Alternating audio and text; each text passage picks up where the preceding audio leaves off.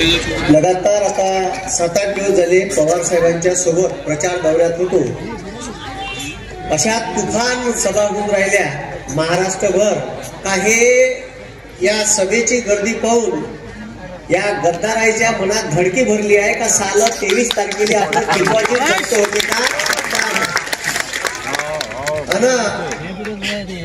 काल आता मी सांगलीत होतो, पश्चिम महाराष्ट्राचा दौरा होता. तर पवार साहेबांच्या पहिल्या दिवशी 3 सभा होत्या, मग दुसऱ्या दिवशी 4 झाल्या, त्याच्यानंतरच्या दिवशी 5 झाल्या, त्याच्यानंतरच्या दिवशी 6 झाल्या आणि परवाच्या दिवशी 7 सभा होत्या. मी सोबत होतो.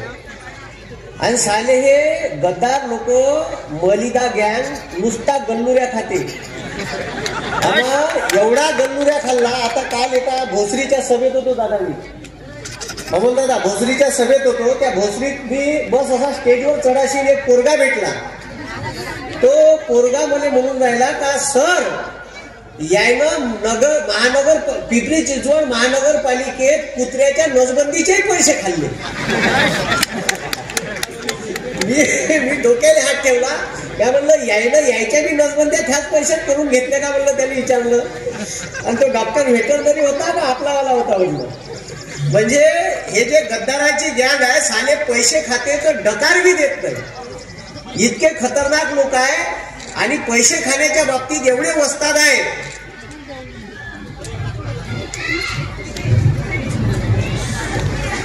पैसे खाण्याच्या बाबतीत खाण्याच्या बाबतीत एवढे वस्ताद आहे का. आता 2 महिन्याच्या अगोदर इलेक्शनच्या 2 महिन्याच्या अगोदर छत्रपती शिवाजी महाराजांचा मालवण येथे 8 महिन्याच्या अगोदर उभा केलेला पुतळा कोसळला. त्याच्यात सुद्धा साल्यानं पैसे खाल्ले आणि नाव ठेवे कोणाले इंडियन नेव्हीने उभा लावले. लाज वाटत नाही. साल्यानं पैसे खाल्ले आणि नाव इंडियन नेव्हीवर ठेवून राहिले. या महाराष्ट्राच्या प्रत्येक माणसाच्या काळजाचा विषय आहे छत्रपती शिवाजी महाराज. आपली अस्मिता आणि आपला स्वाभिमान छत्रपती शिवाजी महाराज आहे. तो स्वाभिमान मातीत मिसळण्याचं काम या गद्दारांनी केलं आहे, या तिघाणी सरकारनं केलं आहे. येणाऱ्या 20 तारखेला यांना मातीत गाडल्याशिवाय तुम्ही ठेवू नका. याची जबाबदारी तुमची आहे. म्हणून येणाऱ्या 20 तारखेला आदरणीय पवार साहेबांनी ज्यांच्यावर विश्वास टाकला शरददादा मैन यांना जास्तीत जास्त मताने विजयी करून देण्याची जबाबदारी तुमची आहे. मी पाहून राहिलो आदरणीय पवार साहेबांनी यांना काय नाही दिलं. आता हे जे अजित पवार साहेब आहे याला का नाही दिलं. पवार साहेबांची इच्छा असती तर स्वतःच्या मुलीने मुख्यमंत्री बनवता आलं असतं, पण नाही बनवलं. यायला आमदारापासून मंत्र्यापर्यंत नेलं, महाराष्ट्राचं उपमुख्यमंत्री पद दिलं. तिकडे ते दुसरी गद्दारांची आहे. एक दाढीवाला वरता, एक दाढीवाला इथं आहे. दोघं एकामेकाची दाढी ओढत जाते, महाराष्ट्राचं वाटोळ करत जाते. आता इथचा जो दाढीवाला आहे याले आदरणीय बाळासाहेब ठाकरेंनी का नाही दिलं. ऑटो रिक्षा चालकापासून तर आमदार मंत्र्यापर्यंत नेलं.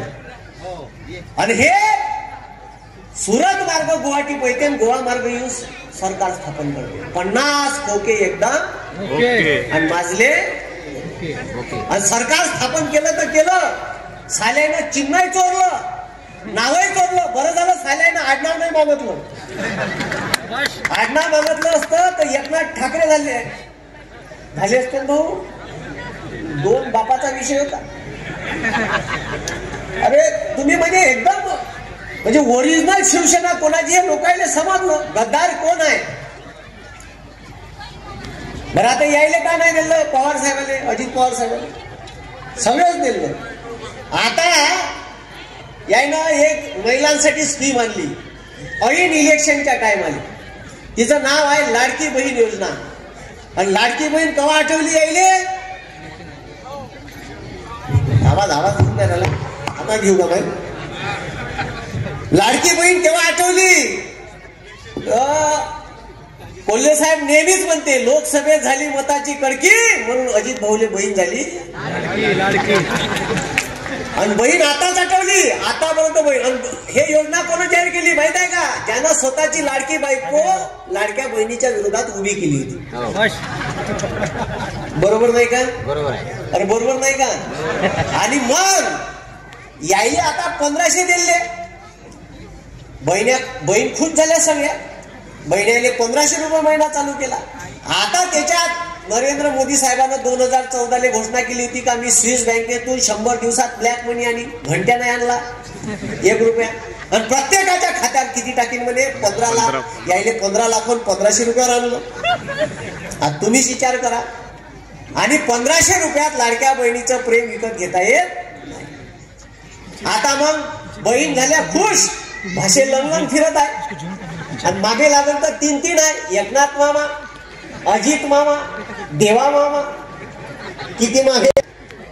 आणि भाज्याचे रोजगार कुठं? गुजरातले. आता दिवाळीच्या 2 दिवस अगोदर टाटा एअरबसच्या प्रोजेक्टचं उद्घाटन गुजरातले नरेंद्र मोदीनं स्पेनच्या राष्ट्राध्यक्षाच्या सोबत केलं. माहित आहे तुम्हाला? तो प्रोजेक्ट टाटा एअरबसचा प्रोजेक्ट कुठं होणार होता? तो टाटा एअरबसचा प्रोजेक्ट मिहानमध्ये नागपूरले होणाऱ्या विदर्भातल्या गोरगरीब कष्टकरी शेतकऱ्याचे इंजिनियर पॉलिटेक्निक ITI झालेल्या पुरायले का भेटले असते? रोजगार भेटले असते. तो रोजगार साल्यानं तिथं नेला. सही करणारे कोण? तर हे वय जाऊ द्या तिकडं. हे सरकारच त्याच्या दावणीला बांधला आहे. त्याच्यानंतरचा दुसरा प्रोजेक्ट वेदांता फॉक्सकॉनचा 1,76,000 करोडचा सेमीकंडक्टरचा प्रोजेक्ट महाराष्ट्रातल्या 2 लाख कोट्याले रोजगार भेटले असते. तो प्रोजेक्ट तिथं नेला. सारंच तू राहिलं. तुम्हाला मी का म्हणतो त्या मोदी साहेबांनी तुम्ही का करा, तुमच्याकडून जर नवरी सजवणं होत नसत गाठी तुम्ही पासून सगळेच आम्ही करतो ना, आम्हाला उदाहरण द्या ना. आहे का नाही? बरोबर नाही का? म्हणजे तुम्ही सगळेच आमचं हिरावून घेऊन राहिले. मग आता भाचे लंगलंग फिरून राहिले. यायले रोजगार नाही. जवाई वावरात मग स्प्रिंकलरचे पाईप पलटत होते चेन्याचे. त्याले रात्री 3 दिवस लाईन आहे आणि दिवसा 3 दिवस लाईन आहे. आणि त्या मुख्या आणायला 24 तास लाईन आहे. शेतकऱ्याला 24 तास लाईन नाही. तू मर रात्र दिवस. ठीक आहे. अरे जनावर होय का आम्ही? ढोर होय का डुक्कर होय? शेतकऱ्याला 24 तास लाईन आहे. ते पवार साहेबांना म्हटलं का आपल्या महाविकास आघाडीकडून 24 तास लाईन भेटली पाहिजे सरकार आल्यावर.